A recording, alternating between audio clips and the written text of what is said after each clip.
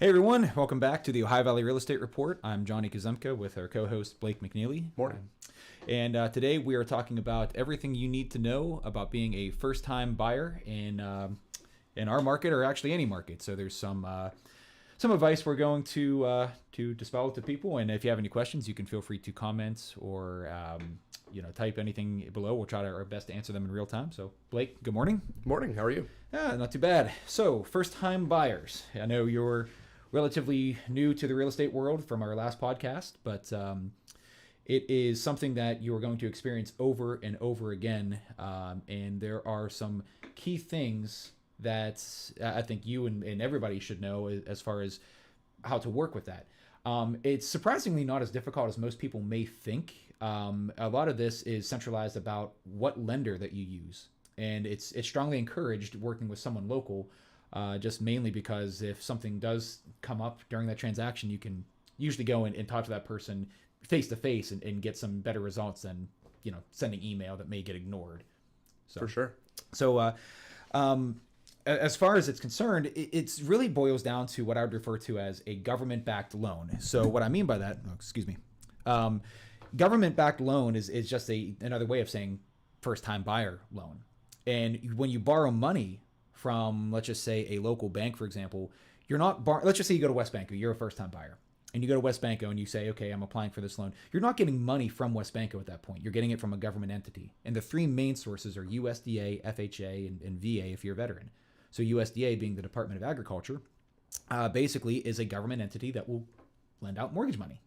Pretty simple to understand.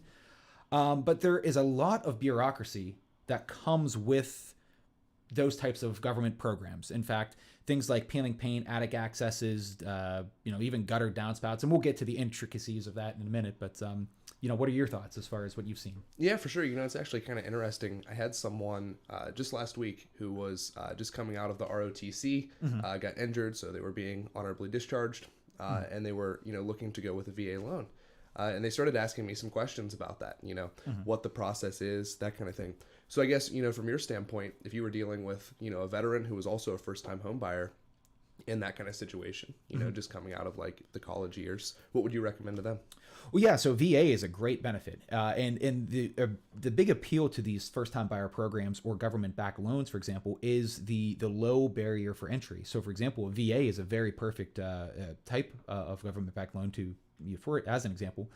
I say go for it. The interest rates are secured because in the event of the buyer coming into financial distress, the bank, whoever lends that loan, whether it's WesBanco or BB&T or any federally funded bank, they're made whole again. So the interest rates can be hovered at very, very low because it's a safe investment for that bank. They just have to write a letter to the VA saying, hey, this buyer defaulted, and that institution is set, right? That's a big safety net. And that's why the interest rates are so low. The caveat to that is that they are notorious for bureaucracy.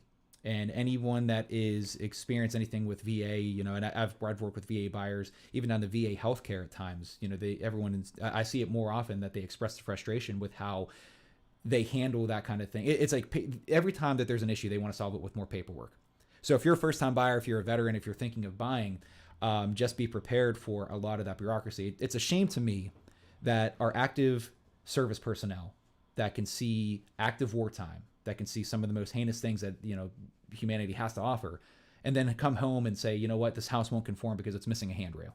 For sure. I mean, it's absolutely absurd, but that's the world that we're in right now. As far as now, the good thing about that is your agent, we're going to help you through that process. There's no incentive for us to put you in a situation where we know the home won't conform.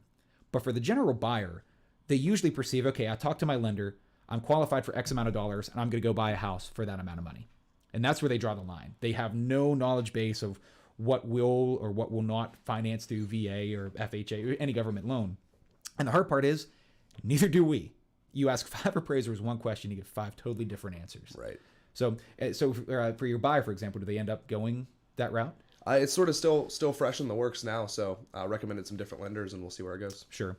So, this podcast basically is how to get started and everything you need to know about being a buyer.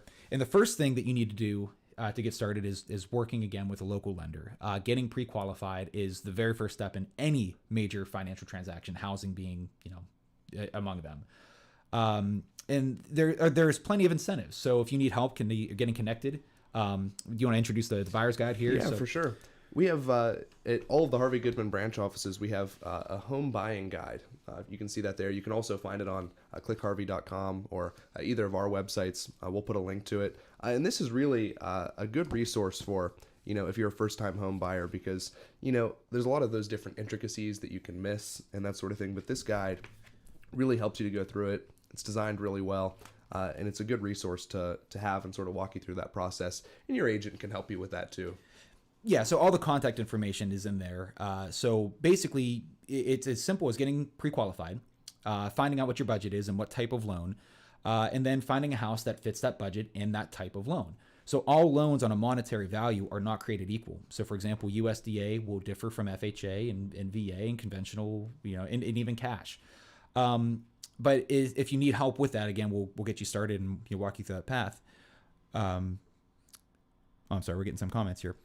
At any rate, once you are pre-qualified, it's the agent's job to sort of facilitate that and walk you through that entire process from start to finish.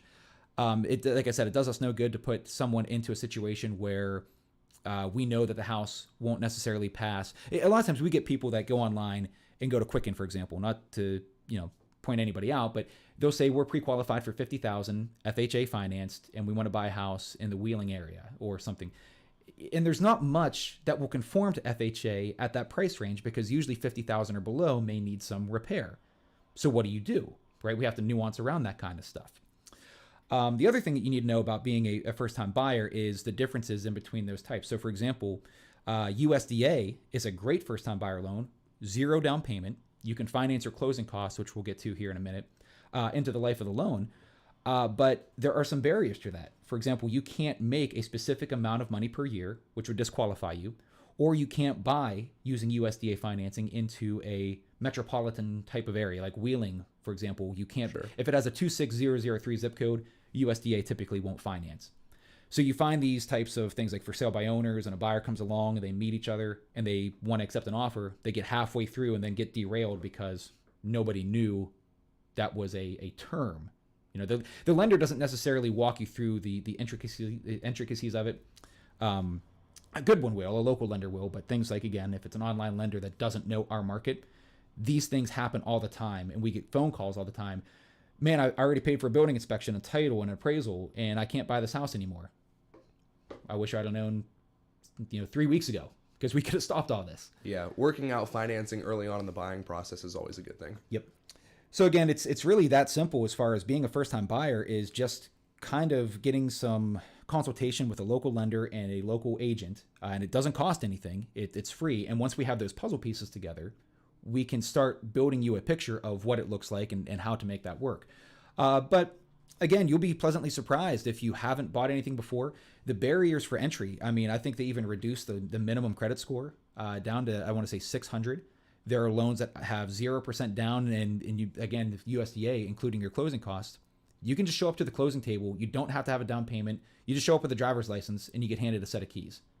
When everything fits together that perfectly, it's that simple. For sure. And making the home buying process easy is important. Of course, it's one of the biggest purchases you're going to make in your life, if not the biggest purchase. And so, it's important to really understand the process and get helped out along the way. Yep. So we have a comment here, nothing better than a VA loan. Yeah, again, it's an earned benefit as far as, it's something that you should be proud to have because you are among a few people that have actually earned that right to be able to use that. And again, I love working with my veteran buyers because they are, they deserve every ounce of effort that I have to give to them. It's just a shame, again, that sometimes they come in and say, okay, I'm pre-qualified for a specific price range, and they can be, again, riddled with bureaucracy. So who you work with matters. Any federally backed bank, so if it's a federally reserve funded bank like Westbanco, BB&T, Huntington, anything, they can all issue government-backed loans. So you can get a VA loan from any of those institutions. You don't just have to go with these particular online lenders. And that is, again, really important because if something comes up during that process, it's easy to get in front of somebody and to be able to work out a problem. Like if you're the lender and I can sit down with you face to face and say, hey, what can we do here? it's a lot easier to resolve that problem than it is, if you're in a different time zone. For sure. So, but yeah, I mean, as far as other experiences, I mean, any other questions or that you can think to add on? Yeah, I think that's it. I guess, one of the things, for being a first-time home buyer is having an agent that's really in touch with the real estate markets and that kind of thing. And there's a few interesting headlines this week as well. For example, one study ranked Florida and Ohio some of the most volatile housing markets right now. What do you think that plays into being a buyer or a seller, and how an agent can help? Well, I guess I haven't seen that. I read it. So volatile as in... as a good thing? I mean, volatility can be good. High action, high volume. Yeah, it can be good. It just sometimes that word can be, is it fluctuating. Sure. I guess I could see that with some projected growth and things here that, again, might make first-time buying a little bit more difficult, in my opinion, because we talked in past episodes of things like median income levels for the Ohio Valley. So if there is a growth in the market, again, the best time to buy is always 5 years ago. It can be difficult if you're not ready. If you're thinking of buying and you're just on the fence because you're not sure of how to move forward, to me, that's a terrible excuse of not taking the initiative. Because if you're watching this and you're paying rent, it is the equivalent of paying someone's mortgage. It really is. And with all these different programs out there, there's really no reason why you shouldn't at least inquire about being able to maybe become a homeowner. It's just basically getting pre-approved. And even if you get denied for whatever reason, at least you know why you would be denied in the first place, and you can start working towards getting those issues fixed. Maybe it's a college loan, maybe it's a medical lien, something of that nature. But again, you're talking about the volatility. Imagine that you're renting right now. Tim, thanks for liking the stream. Imagine that you are renting right now, and the cracker plant comes in. And now there is an influx of thousands of additional people to the Ohio Valley where they are displaced and they're going to start paying higher rent just to find a place to live. If you're currently renting now and you're finding it difficult, imagine what happens when the rent goes back up or the housing market continues to increase as far as housing pricing. You see what I'm saying? Sure. So, and if you're mentioning volatility, it's a very good reason why you should at least consider being a first-time buyer. And it's as simple as getting one of these guys or calling you and I. Right. I mean, it's that easy. And sellers are really motivated to sell now because, in their mind, they consider it a slight seller's market right now because there's lower inventory. So sellers are like, oh, okay, I want to sell my home. So when you have a seller that's ready to sell, then that makes it, good for being a buyer. And then, in addition to that, it's important to see houses as soon as they come on the market. And, working with a real estate agent is the fastest way to see new listings. Yeah, I mean, you have to know that information. The person that knows about the newest listings is the person that gets the house. It's really that much of a race. So the other thing, too, about first-time buyer loans, everyone assumes that it's like a one-and-done thing. It's not. You can use first-time buyer loans. Again, we refer to them as first-time buyer because once you've bought a house, when you go to sell that property after making payments on it for 5-10 years and with market growth, you have what's known as equity, the difference between what your house is worth today on the market versus what your loan amount is. And that difference is usually what you would put in your pocket. That equity is usually used to go towards your second house or third house. You buy it and usually use a conventional line of credit, which we'll get to in a different episode. But you can use these government programs to buy 10 houses, just down the line. There's some other nuances with it. So, for example, if you're thinking of investing, these loans aren't for you. They're for primary residences. There's things of that nature. But again, there's plenty of reason why, COVID has made a wonderful mess out of every market. I mean, look what happened to bread and toilet paper, right? And look at vehicles. I mean, even car lots are running out of cars. Have you ever gotten any letters in the mail saying, hey, we're running out of we want to sell your car for you. In real estate, it's no different. In order to keep life into the secondary markets and everything, that's why the interest rate has been so low to keep this market alive. So this is sort of like a one-time outlier opportunity that if you're watching this and you're on the fence, it really is a good time. As much as you said seller's market, it's a really good time to still be a buyer because, maybe the housing prices have continued to grow, but that's going to be the same no matter what happens. Right. The interest rate may never be as low as it ever is now, and you should jump on it. I mean, the difference of 1% per 100,000 is $1,000 a year. So if you go from 3% to 4% just because the interest rate goes up, and you bought a $100,000 house, you're spending an extra $100 a month Sure. just because of interest. And on top of that, you mentioned building equity. If you're renting right now, you are not building any equity. None. So you're building an equity for your landlord. And on top of that, if you're looking for a place to live and you're thinking, well, should I rent or buy?